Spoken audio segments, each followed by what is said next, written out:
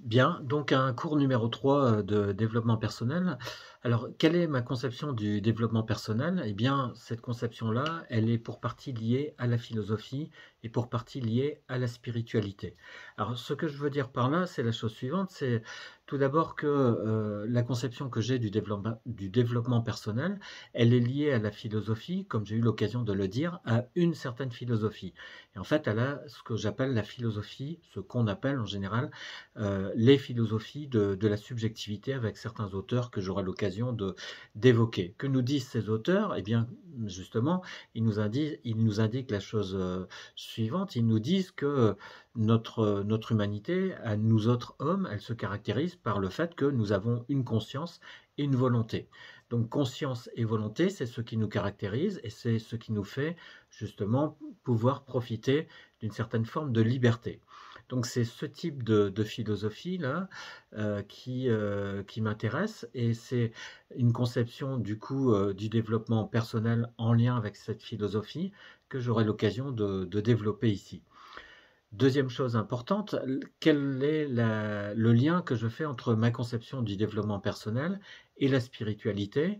Eh bien, on pourrait le dire à partir de termes qui peuvent sembler comme ça un peu pédants, un peu exagérés peut-être, mais la conception que j'ai du développement personnel, elle est en lien avec une certaine conception de la spiritualité qui vise à dire quoi? Qui vise à dire qu'il y a, pour utiliser un des grands termes, et qui sont d'ailleurs le titre d'un ouvrage de Jean-Paul Sartre lorsqu'il était jeune, donc ce qui nous caractérise, c'est quoi? C'est la transcendance de l'ego. Transcendance de l'ego, transcendance, ça veut dire quoi?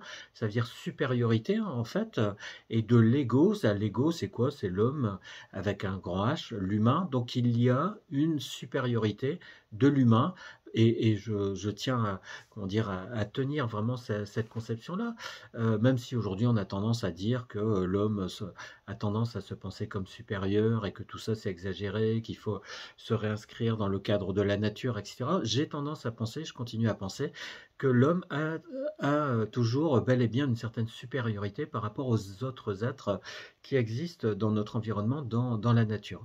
Donc la conception que j'ai du développement personnel, c'est une conception qui est également en lien avec la spiritualité et qui vise à dire qu'il y a une transcendance de l'ego, c'est-à-dire qu'il y a une supériorité de l'humain. Alors, ça veut dire que certes, nous sommes capables du meilleur, comme par exemple avec les pompiers qui vont sauver des vies, avec les médecins qui vont faire des opérations chirurgicales pour sauver des vies également. Donc il y a d'un côté ce meilleur-là, il y a aussi le pire, c'est-à-dire il y a les guerres, etc. Mais en même temps, nous continuons malgré tout à être à un autre niveau que les autres êtres de la nature, à un autre niveau que les arbres, les pierres, les animaux de façon générale. Alors, qu'est-ce qui fait que nous avons cette supériorité-là? Eh bien, en quelques mots, c'est notamment le fait que nous avons la possibilité d'élargir l'horizon. Ça, élargir l'horizon, c'est-à-dire nous avons la possibilité notamment de songer justement à la condition animale, par exemple. Donc l'humain a la possibilité de penser à la condition animale, alors que l'inverse est très peu probable. Il est assez rare, somme toute, de voir des animaux s'intéresser à la condition humaine. Donc cela signifie bien qu'il y a, de ce point de vue-là, une certaine transcendance, une certaine supériorité, une certaine capacité à s'arracher à notre être pour pouvoir penser aux autres êtres de la nature. Alors que l'inverse, encore une fois, est plus que difficile et de l'ordre de l'impossible. Encore une fois, une pierre, un arbre, voire des animaux ne sont pas dans cette capacité à penser de façon globale la condition humaine. Donc c'est bien dire qu'il y a une supériorité de ce point de vue-là de l'humain, ce que j'appelle une transcendance de l'ego. Autre point, nous avons aussi la possibilité de changer d'horizon. Vous voyez, nous avons donc la possibilité d'élargir l'horizon, comme je le disais, c'est-à-dire de ne pas être centré uniquement sur notre humanité et de penser donc à la condition animale, par exemple, mais nous avons la possibilité, aussi de changer d'horizon. Et ça signifie quoi? Ça signifie tout simplement, par exemple, que demain, nous pouvons, par exemple, envisager de changer de pays, d'apprendre une autre langue et du coup de nous ouvrir à d'autres horizons, de nous ouvrir notamment à d'autres cultures, d'autres façons de penser, d'autres façons de concevoir les choses, etc., que celles qui existent dans le pays où nous sommes actuellement. Donc l'homme a cette possibilité d'accéder à un niveau supérieur d'une certaine façon, et il y a, donc c'est le premier point en lien avec l'idée de spiritualité, il y a à mon sens une transcendance de l'ego, c'est-à-dire une capacité de l'homme à s'arracher d'une certaine façon à sa situation d'être situé dans l'espace à tel endroit et dans le temps à tel moment. Nous avons la possibilité d'une certaine façon de nous projeter vers l'avenir, d'aller en direction du passé, et c'est pour cela notamment que nous avons construit toute une histoire. Donc nous avons cette possibilité-là, nous avons la possibilité donc d'accéder à un autre niveau, d'accéder à une certaine transcendance de l'ego, mais il y a aussi autre chose, nous avons la possibilité, à mon sens, d'accéder à un état de conscience supérieur. Et c'est ce que je voudrais indiquer par la suite, pas tout de suite, parce qu'il faudrait développer tout un ensemble de conceptions et de raisonnements à ce sujet. Mais à mon sens, nous avons la possibilité d'accéder à un état de conscience supérieur. Et cette idée-là, en fait, c'est une idée qu'on va trouver notamment dans la spiritualité. Alors, on la trouve dans la spiritualité, on va la trouver avec des personnes, par exemple, qui parlent des chakras, de l'ouverture des chakras, etc. Ça n'est pas forcément la conception qui m'intéresse le plus.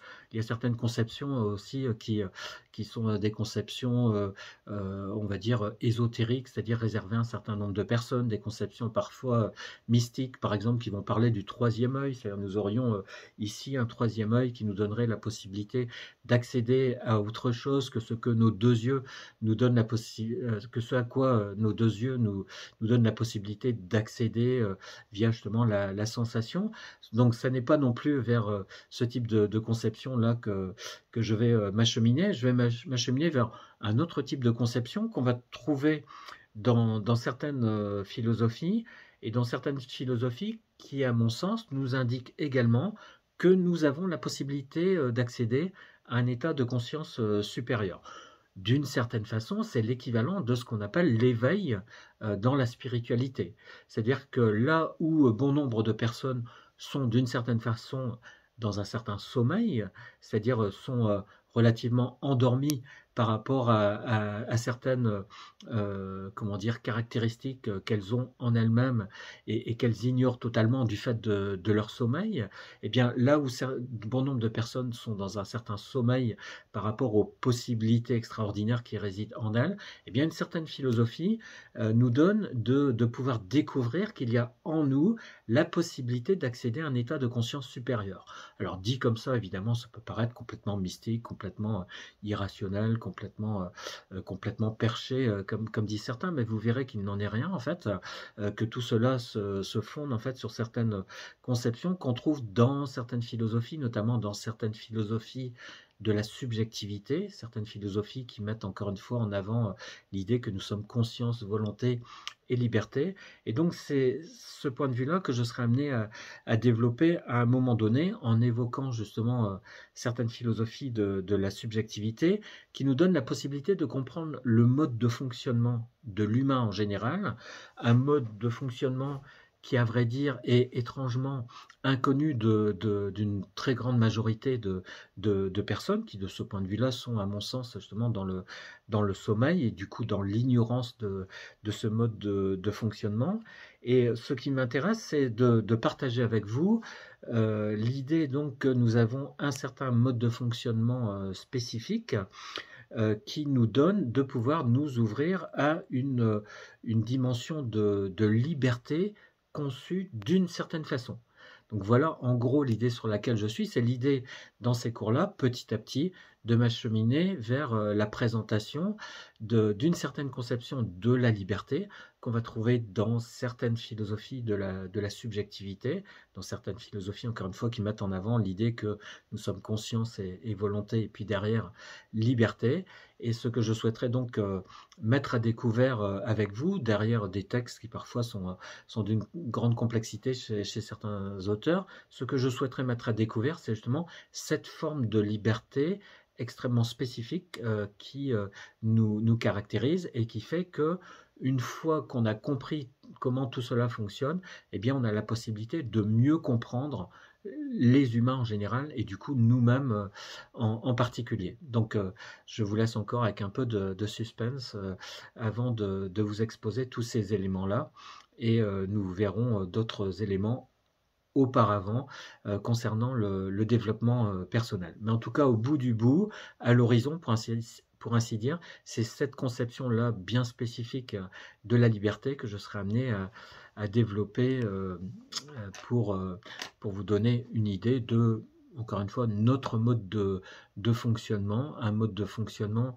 dont nous ignorons en quelque sorte le mode d'emploi, étrangement, lorsque nous naissons, lorsque nous passons plusieurs années sur Terre, mais un mode de fonctionnement, en tout cas, qui a été mis à découvert par certains philosophes.